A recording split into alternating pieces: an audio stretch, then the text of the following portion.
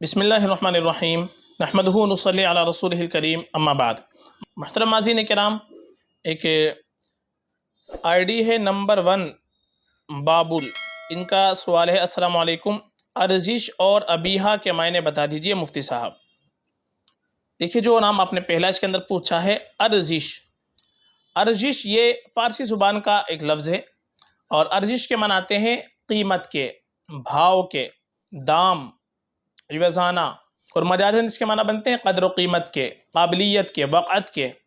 तो अर्जिश नाम अगर रखना चाहे तो फ़ारसी ज़ुबान के अतबार से ये नाम रखा जा सकता है, इस नाम में कोई ख़राबी नहीं, ये नाम रख सकते हैं।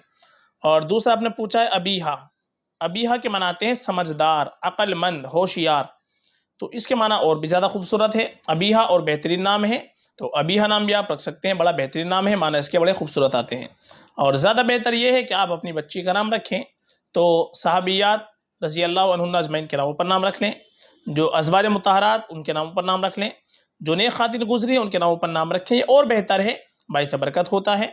बाकी माना के अतबार से दोनों नाम आपके सही है। अर्जिश ये नाम भी रखा जा सकता है, फ़ारसी ज़ुबान का लफ्ज़ है, और ये रेख्ता डिक्शनरी, जो रेख्ता उर्दू डिक्शनरी साइट पर हमने देखा है।